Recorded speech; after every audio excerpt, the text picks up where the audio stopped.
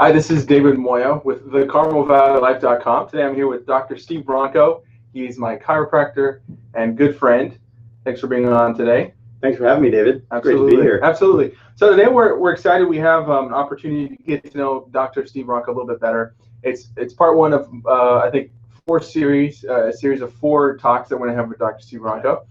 And I want to have, actually, I'm going to pull up a little slide that presentation, a PowerPoint that Dr. Steve Ronco did, and have him talk a little bit, one, about his personal background, also why he chose chiropractic, and go into a little bit of that. So wait 1 second here. We're going to pull up the screen, start this PowerPoint, and there's a little sneak peek of what's to come, but that's it in a nutshell.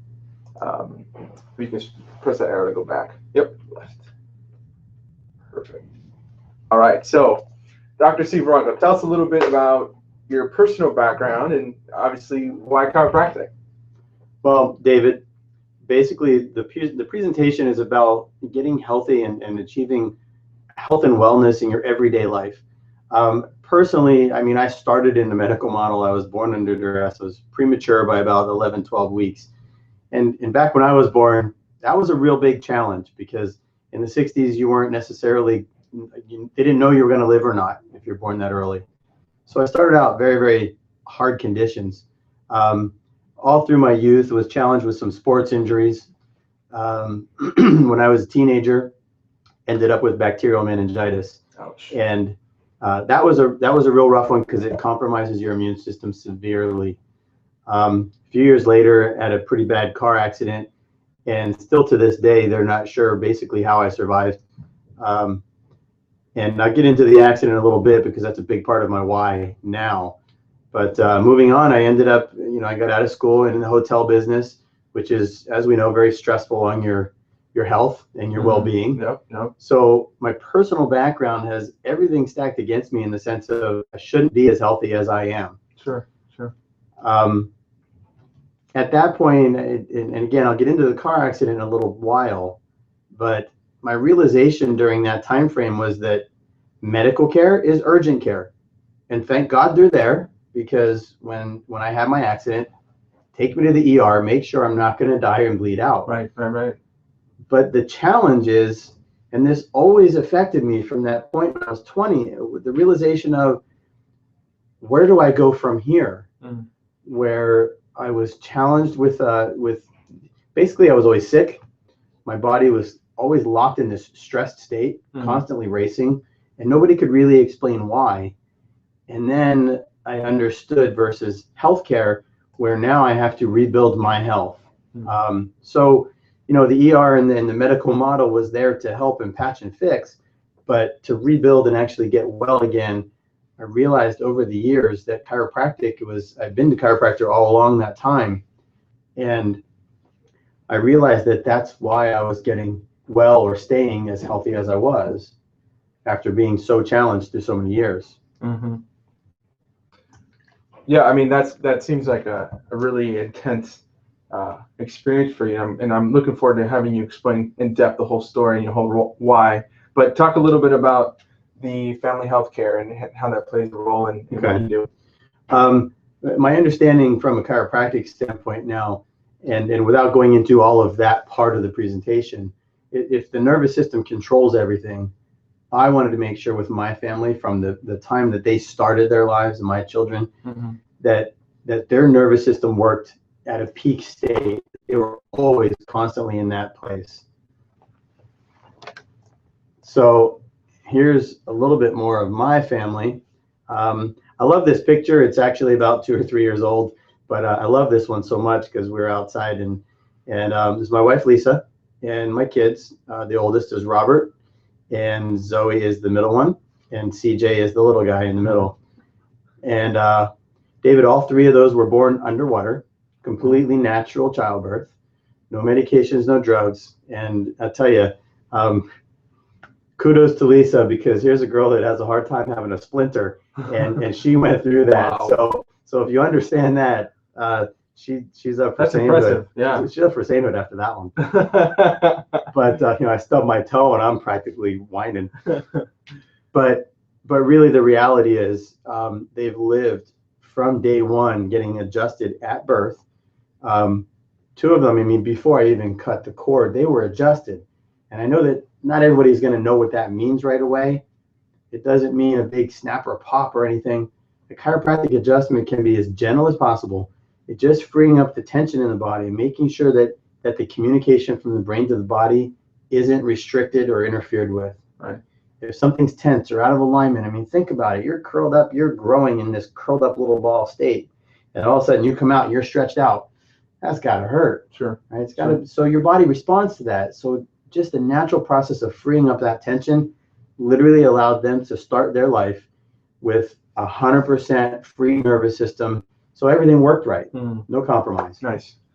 Well, obviously your family's a big part of your why, right? Let's talk about the story we've been hinting at since we started this conversation.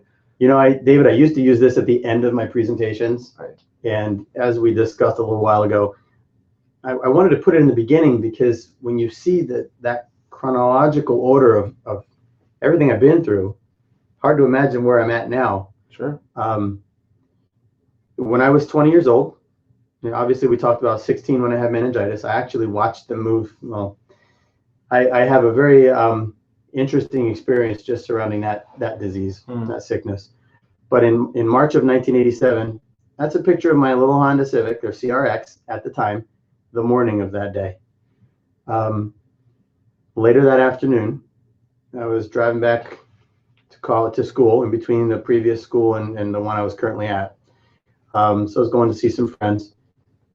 And I noticed that with the sunlight, there was a guy coming at me, and here he had dropped his sunglasses off his dashboard. He reached down to pick them up, and he rolled his steering wheel to the opposite side. He hit a pickup truck in front of me, but panicked and hit the gas instead of the brake. So he came straight through the front of my car at 80 miles an hour. Ouch. Wow. Basically, still to this day, seatbelts were not a law back then. And at that point, I did not have my seatbelt on that day. In hindsight, probably saved my life in the sense of with a seatbelt on at that speed of impact, I probably would have not survived. However, I don't abdicate that. I have my seatbelt on every day now. Sure. But back then, like I said, it wasn't a law yet. So we didn't know better. Anyway, my head went about 4 inches through the windshield, right at the top corner where it hits the steel frame. The steering wheel into my chest and my knee through the dashboard. The summary, long story short, is they gave me a pile of pills and a neck brace and a knee brace and crutches, and they said, "Okay, you're fine." And clearly I wasn't, because I was released from the hospital with glass still sticking out of my head. Ouch. So that's where I got the understanding, really, really a harsh reality of they did their job to make sure I wasn't going to die. Right. But now who rebuilds me? Right. And I use the analogy often of a fireman. The firemen come and they'll put out the fire. They'll save the house sometimes, right? But once the fire's out, they leave. They're done. Their job is over. Who rebuilds the house? That's the contractor, right? Now you get a construction crew. You have all these other people come in to make sure that building is survived, right? Or rebuilt. So anyway, the short version now is that they told me what I would never do. I wanted to play sports. I wanted to, try out for the football team in college. I wanted to horseback ride and ski and wave runners and all that stuff. And I was told, I got news for you, son. You never will anyway. And I basically told him in a few words that the only thing I would never do is see him again. Don't tell me what I'll never do. Tell me what I have to do what I want to do. Sure. Whatever I want to do. Yeah. So flash forward over the years, the realization of I had to take control of my own health. Started taking up triathlon just because cycling was one of the few things I was able to do with some of the injuries I had. And lo and behold, learned to swim.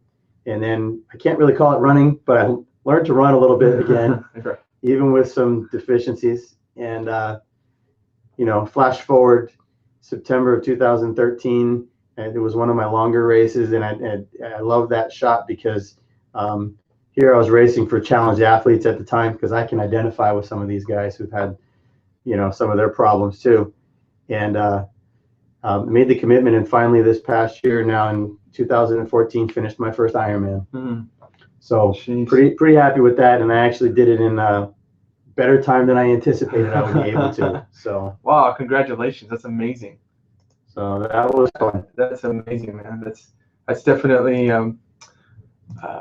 I'd say inspiring, and the fact that you shared that story with us is means a lot to us. Yeah, a lot to me, and I know the viewers as well. Next time we'll go into other things like what to expect, what patients want to know. Yeah. What else am I missing? What's the problem, the philosophy behind what you do? Basically, with everything that I went through, chiropractic is what helped me get my body back and my life back. And it's more to it than just, oh, it hurts right here or it hurts here. There's so much more involved with that. And as you know, as having been through it, mm-hmm. There's a lot of components in its diet and its exercise and its, the mentality of, yes, I can get well. Those are all the things that we'll get into. Okay. But mostly it's what people want to know and what you can expect coming into an office, and kind of demystify it and answer some of those questions that nobody really knows what to ask. Sure. So great. No, I'm excited. Pleasure being here. Yeah, that was great. Thank you. Have a good one. Thanks so much for the story, and we look forward to We'll see you next time. Series.